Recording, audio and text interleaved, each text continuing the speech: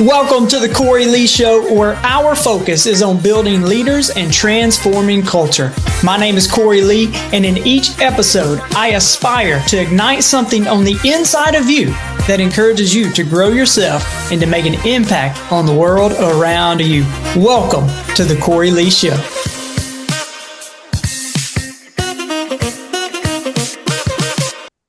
Welcome back to the Cory Lee Show, guys. This is a part 2 to an episode we did back in January with Phil Carson. Phil Carson came on and we talked about the root cause of illness. We talked about healthcare versus sick care, and that was a powerful, powerful episode. And honestly, Phil, when we released that, we had more views on that YouTube video than I've had on any other YouTube video for a while in the first week or so. And so very popular content, and you're a popular guy, I've come to find out as well. So you do great work. And I just want to say welcome back to the Cory Lee Show, Phil. Yeah, well, thank you, Cory. I appreciate that so much. And I appreciate you and what you do and the impact you're making out there in the world as well.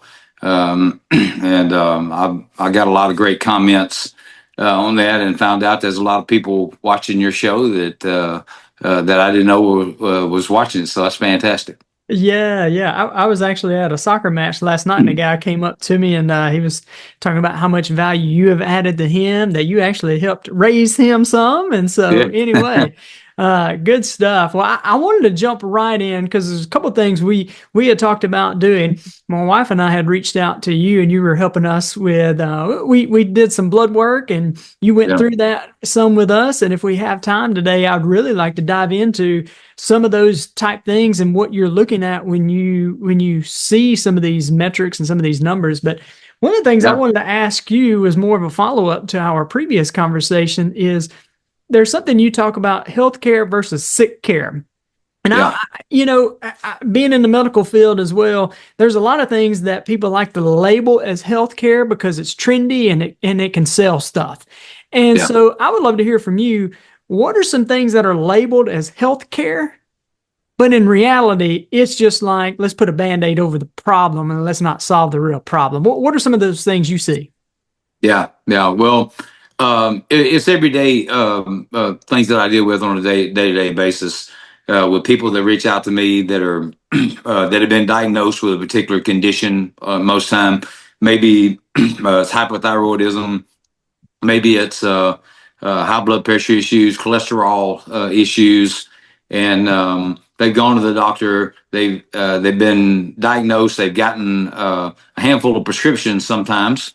Sometimes it's one or two, sometimes it's a handful, and told that they got to take this, this medication, and that's what's called healthcare. But in reality, it's sick care, because the system that we have today is designed to manage disease, not to help reverse it, not to help cure, so to speak, but manage it. And you can even hear this in the commercials on TV. A lot of times you're listening to these commercials that are running every 5 minutes or so. Seems like on TV there's a drug commercial after drug commercial, and I hate that. That's unfortunate. But anyway, they even talk about it in the commercials.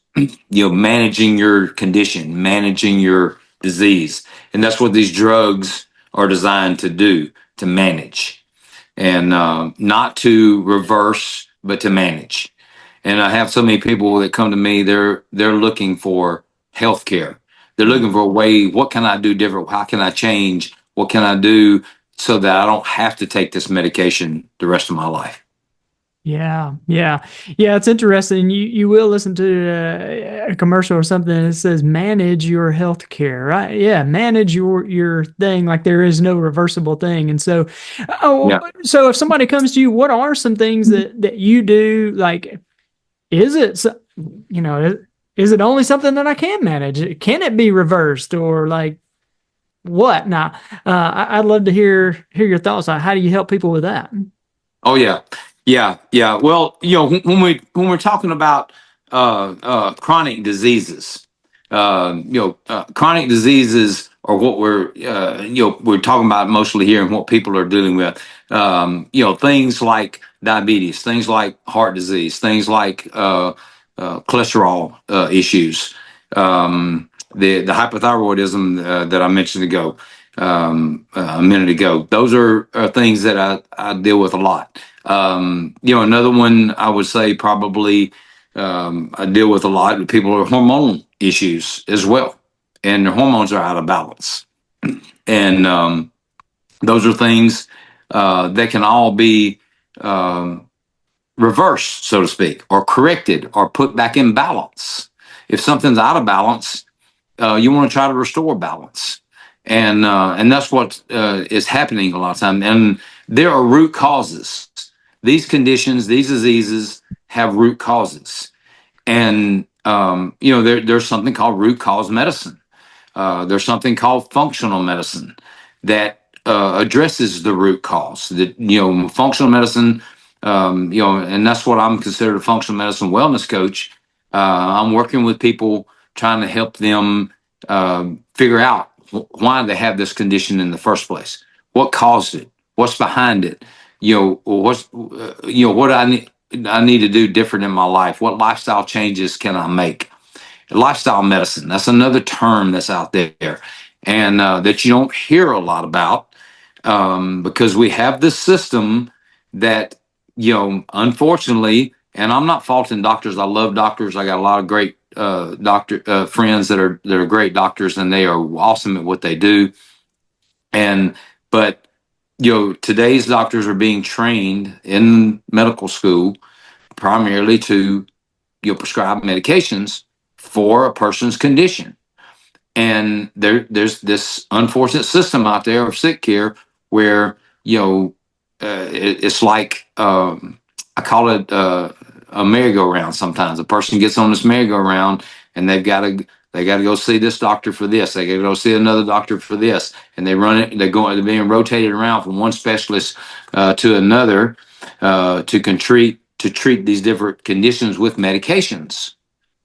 And not enough is being said about lifestyle.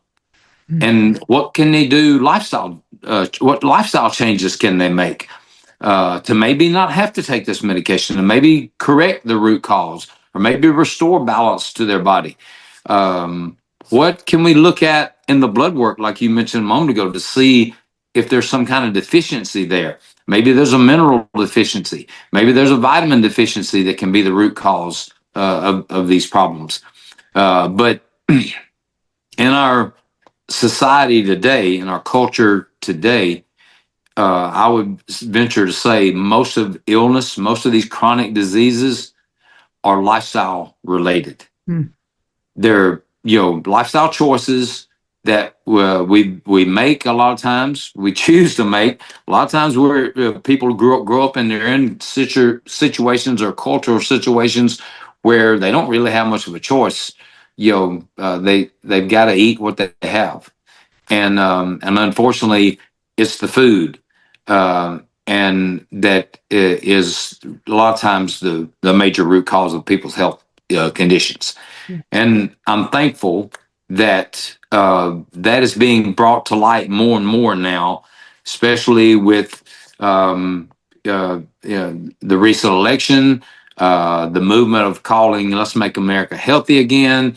What RFK, Mr. Kennedy, is aspiring to do, and helping people and helping bring light to what's going on in the food industry, what's going on in the drug industry, and changes that people can make that can lead them down a better path, and not one of managing their disease, but one of hopefully potentially reversing that disease. Yeah. I love that. What about, you had mentioned like having hormonal issues and those kind of things. What are some simple things people could do that maybe without looking at very specifics, but what are some things that people can do, simple lifestyle choices that people can do to get their hormones back in balance? Yeah, that's a great question. And it varies with a person depending on what stage of life they're in. Yeah. Where they're at in life. like for you for example, you're about to turn 40, and I hope you don't mind me telling people that. Come on, you can keep going. I'm good. Man, hey, Phil, I feel like I'm 21, so I'm good. I'm There good. you go. There you go. Yeah. Well, I'm about to turn 65, and I feel like I'm 25, Yeah, 35. right. I don't feel 65, and that's and we each feel that way because of lifestyle choices that we make. Yeah. To exercise regularly, to eat healthier, and those kind of things. And that's what people can do. That's when it comes to hormones. That's the most important thing right there. And keeping your hormones in good balance is exercise or physical activity. A lot of people don't like the word exercise. So staying physically active is a more friendly word to a lot of people. Physical activity, and then eating healthier, eating the right kinds of foods, eating and staying away from foods that will disrupt that balance. And see, no matter what your age is, the foods that we put in our body can directly affect our hormones because of the types of foods that we're eating, what we have in our in our culture today. These processed foods that are loaded with sometimes hormones, and you can look at in the poultry industry and see what happens to chickens now, and how they make a chicken breast 3 or 4 or 5 times the size it used to be 50 years ago, and and what they're injecting these birds with to make the bigger portion, bigger meat, so to speak, or bigger breast, and we're eating those kind of things, and we're getting these hormones in our body, we're getting these chemicals in our body that directly affect the hormones. So that's one of the biggest things that help you avoid these foods, avoid these chemicals that can directly affect your hormones. And I think that's why we see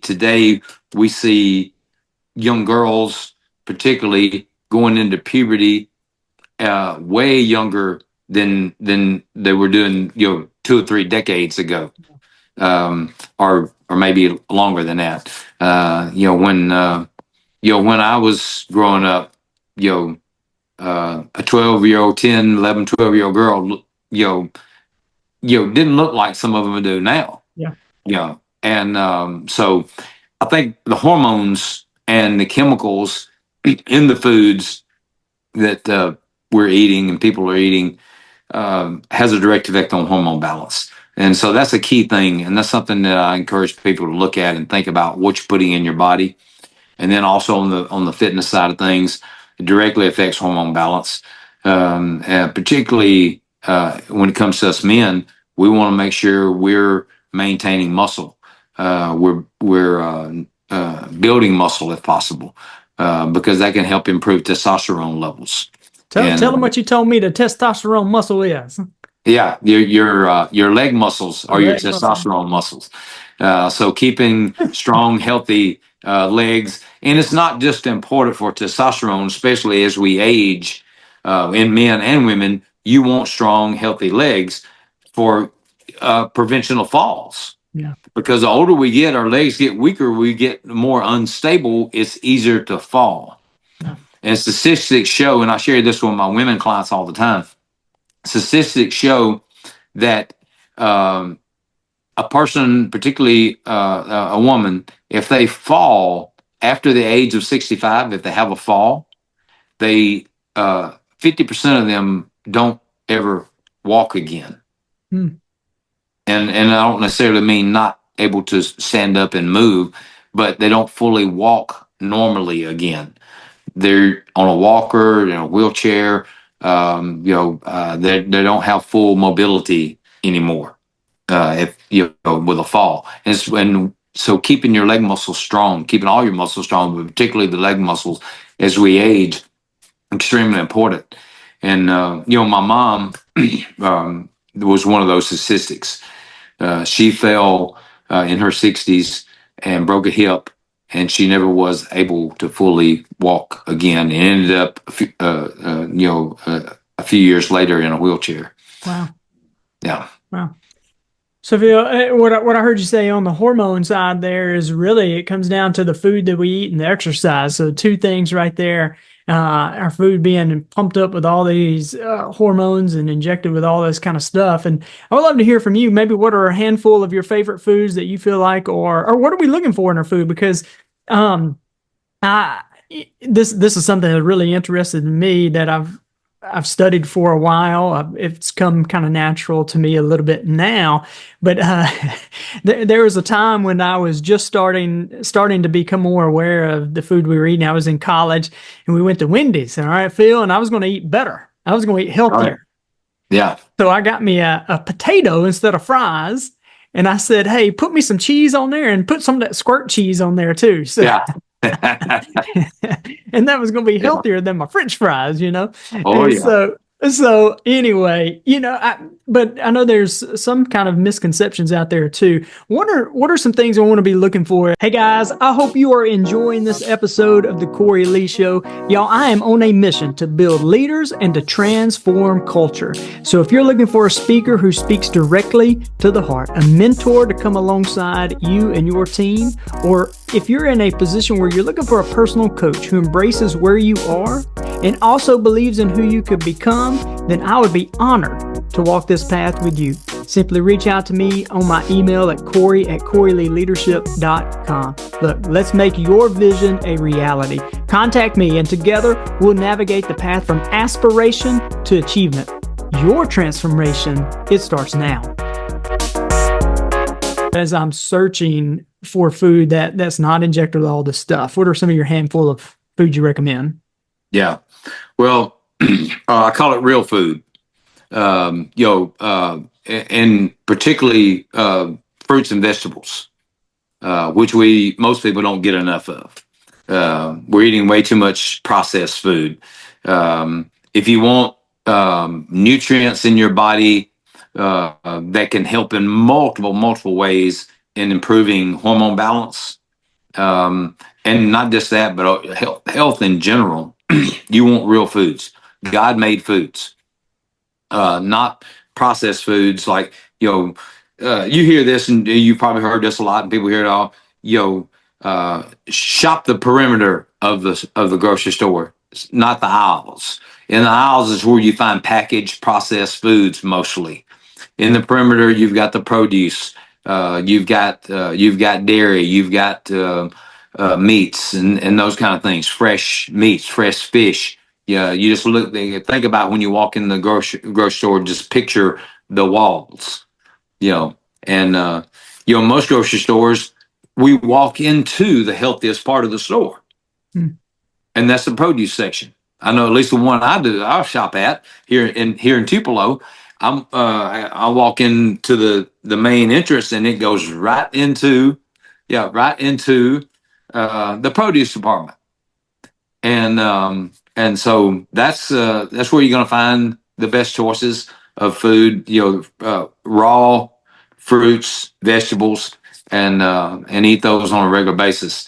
When it comes to balancing your hormones, there are key ones that are real important. If that's what you're looking for here, when it comes to hormone balance, the vegetables, and particularly what I call the brassica family vegetables. And I tell my patients all the time I'm working with that are struggling with hormonal imbalances, or maybe they have chemical toxins in their body that are affecting their hormones. And that's one of the things I mentioned, the chemicals a moment ago.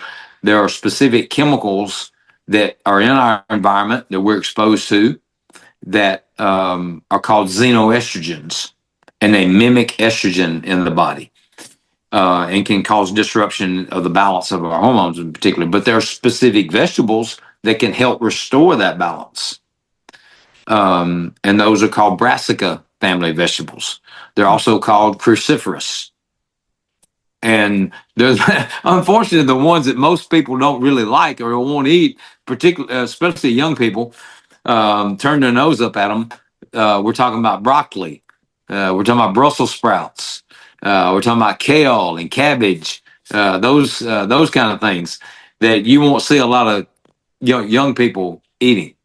Yeah. But those are things that I try to eat on a regular basis because they're very rich in nutrients to begin with, but they're also contain what they call phytochemicals that help improve our detox pathways in our body, particularly in the liver.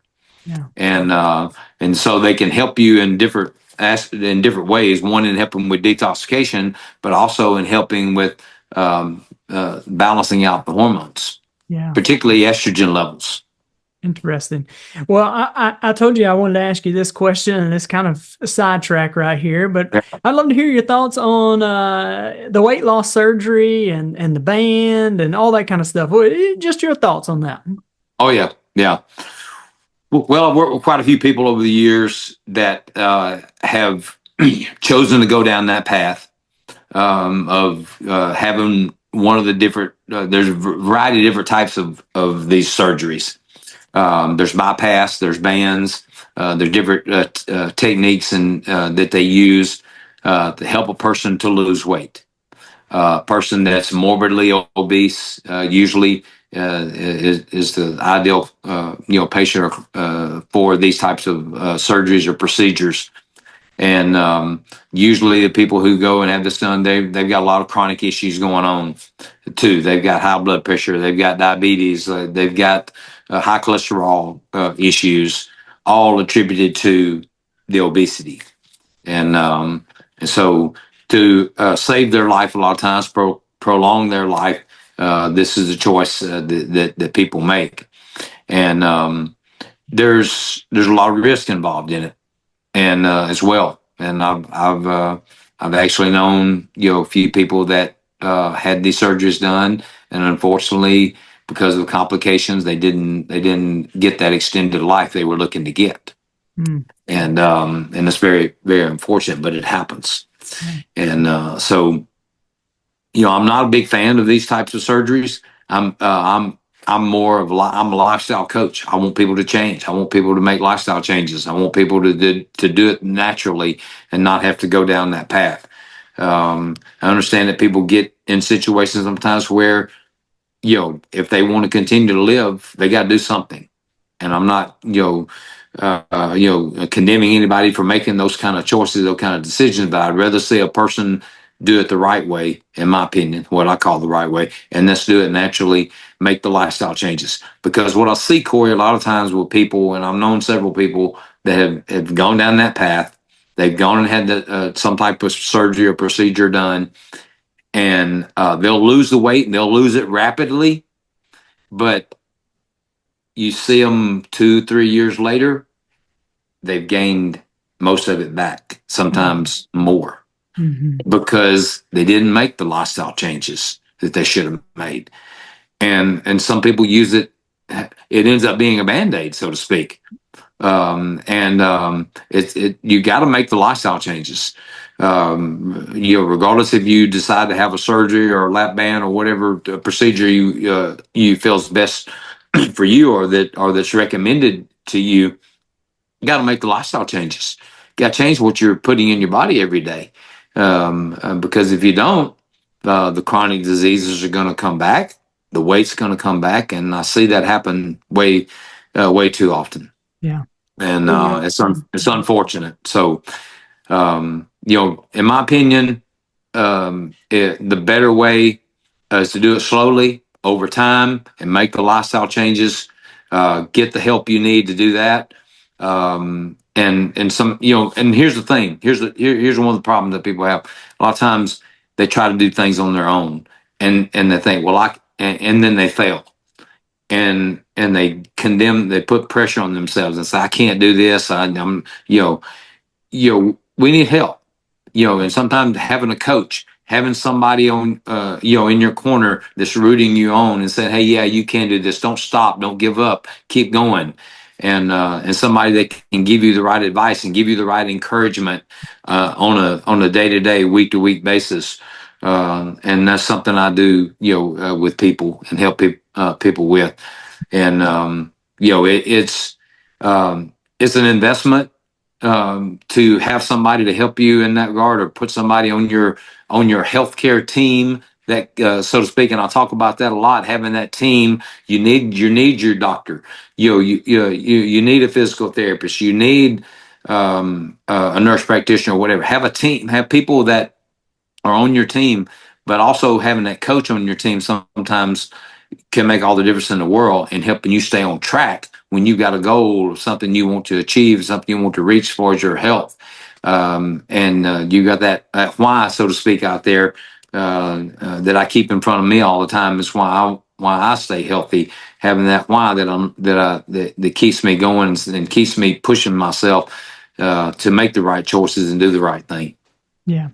Totally agree with you. I think me and you're on the same page there. Not a fan one bit. I've seen people same as you, and then I've seen people who have done it and they've tried to stick with it and they start to lose their teeth and their skin looks different, and you're like, what is going on here? And it's just not getting the nutrients that malnourished. So, anyway, interesting. And so one of the things we wanted to do in this podcast, I know we've only got about 10 minutes or so, is that my wife and I, we sat down with you and you sent us to get our blood work. We went and got our blood work, and then you got it back and you went through this with us. And I'd love just to kind of go through. I'm going to share mine. I know for some of you, you're listening to this on audio. Really encourage you, if you want to watch this part, to go to YouTube and you can check it out. I'm going to share my little results right here. And Phil, you got the freedom to go through it however we want right here. I'm going to share my screen and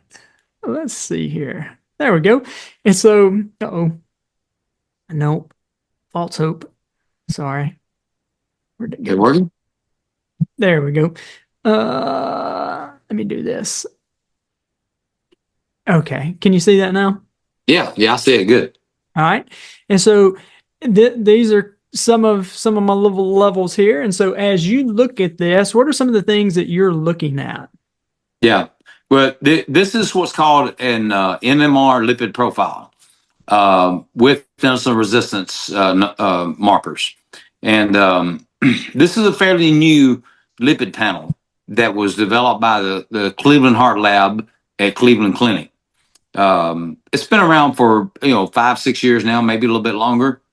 And this, in my opinion, should be the standard lipid test that should be done. The one that's still being done by most providers is an old lipid panel that was developed 30-something years ago. And it doesn't give you the precise information that this one does as far as determining your true cardiovascular disease risk. And these are all different numbers. And what they also call this a fractionated lipid panel, because it's looking at fractions of lipids, particularly the LDL fractions and the HDL fractions. But, you see high and one low here. You see 3 highs and 1 low. And a person looks at that and says, "Oh my God, my cholesterol's horrible. I'm going to die. I'm gonna have a heart attack or a stroke." But no, you got to look at the whole picture. Yeah, and that's what I encourage people to do. Look at the whole picture. Right here. But when we sat down and you looked at this, you said if a normal, healthcare provider had seen this, they would try to put me on some kind of medication. And so you're saying look at the whole profile. Yeah, because primarily what's looked at is what's on an old 30-year-old lipid panel, and that's the two things you see here: LDL-C, which shows high, and total cholesterol, which shows high. Now, that's based upon the standard lipid panel that was developed 30-something years ago, and that's what jumps out at people and say, "Oh, your cholesterol is way too high. We got to get you on a statin drug. We got to get you on some kind of medication. We got to get this down." But you got to look at everything else here. You got to look at the HDL. You got to look at the triglycerides. And one in particular here that's more important than any of these other numbers on here is the fraction, LDL fraction called small LDL. And I'll explain some on that in a minute. But looking at your standard numbers of LDL-C, the calculated LDL 153, total cholesterol 233, those numbers are considered way high based up on the reference intervals, particularly with total cholesterol. With the LDL-C, when you're looking at the reference interval with the NMR profile, it's considered borderline. And ideally, though, you do want it to be optimal or above optimal, not borderline, not high. And with total cholesterol, this one is less relevant here, because here's what, cholesterol has been made out to be an enemy. And I could talk about this for hours, but cholesterol has been made out to be an enemy, but we can't live without cholesterol. And we've been talking about hormones. That's where hormones come from. If you look at what's called the hormone cascade in our body, the hormone pathway, how our body is designed to make hormones, it starts with cholesterol. And what we see happening with these cholesterol medications is people, they're driving their cholesterol too low, and they can't make hormones anymore. They don't have sufficient cholesterol to make sufficient hormones. Let me put it that way. Interesting. And and so that's the problem. And the other problem is our brain. One of the major components of the brain tissue is cholesterol. And when we're lowering our cholesterol below 150, which I see that all the time, it's very unfortunate. We're affecting the brain. We're affecting our hormone capacity for our body to make hormones. But anyway, I don't get concerned about that. I look at these numbers so much as I do, what's the HDL? What's your triglycerides? These are two key components right here that can help determining your overall risk factor for cardiovascular disease. Ideally, they say the best ideal ratio is a 2-to-1 ratio of HDL to triglycerides. 2-to-1. And you have less than a 1-to-1 ratio here. And so if if your triglycerides were 300, you got a problem. But yours are 52. I rarely ever see anybody with triglycerides that low. Most people, their triglycerides are 100 and way over 100. 150 is the max in the reference range. Should be below 150. That's what they say, and that's the ideal place for it to be. But I see 300s, I see 400s a lot of times. That's dangerous. That's more of a risk factor for cardiovascular disease. It's also a big time indicator for insulin resistance issues. When you have high triglycerides and low HDL, your HDL is fantastic at 71. Anything above 39 is considered great. And 71 in a male, I rarely ever see that. I'm happy if I see men with HDL above 40 at all. And then you're looking at the HDL particles that you see as low there. Now, this is an important factor here. HDL is your protective cholesterol. That's the one that helps protect you. That's one that helps counter the LDL, so to speak, which is LDL is considered your more dangerous cholesterol, the one that's causing the problem. And we're going to talk about that small here in a minute. But when you see a low HDL, dietary changes can help with that a lot of times. And we talked about that a moment ago, what you should be eating, things that you can eat to help improve your hormonal numbers or hormonal markers and balance. Well, you can do the same thing with your lipids here. And when I see a low HDL, person needs to be eating more good fats a lot of times. Not eating enough nuts, seeds, avocados, those kind of things. Olive oil, coconut oil, what's the other one? Avocado oil.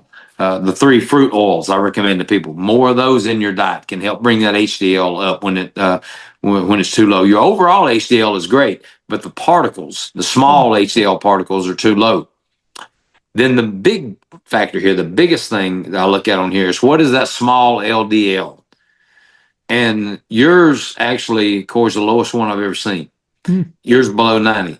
Usually I'm seeing a small LDL particles. They're over 1,000, wow, 2,000 sometimes, which which is horrible because the small LDL, what research is showing, is the main culprit when it comes to plaque buildup in the arteries, cholesterol buildup in the arteries, because it's the small LDL particles that fill those cracks, so to speak, in our blood vessels that appear when we have inflammation in the blood vessels.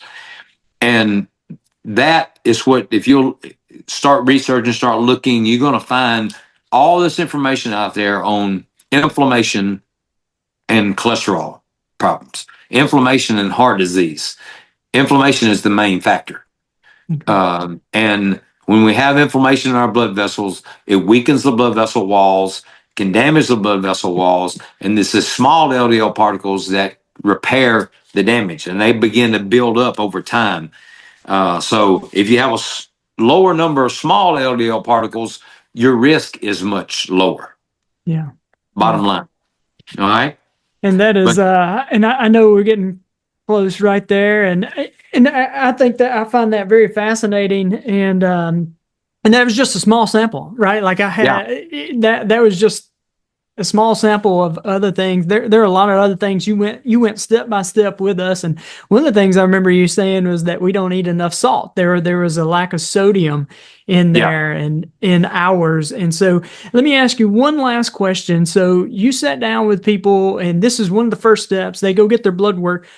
Why is this step important in helping people make lifestyle changes? Yeah.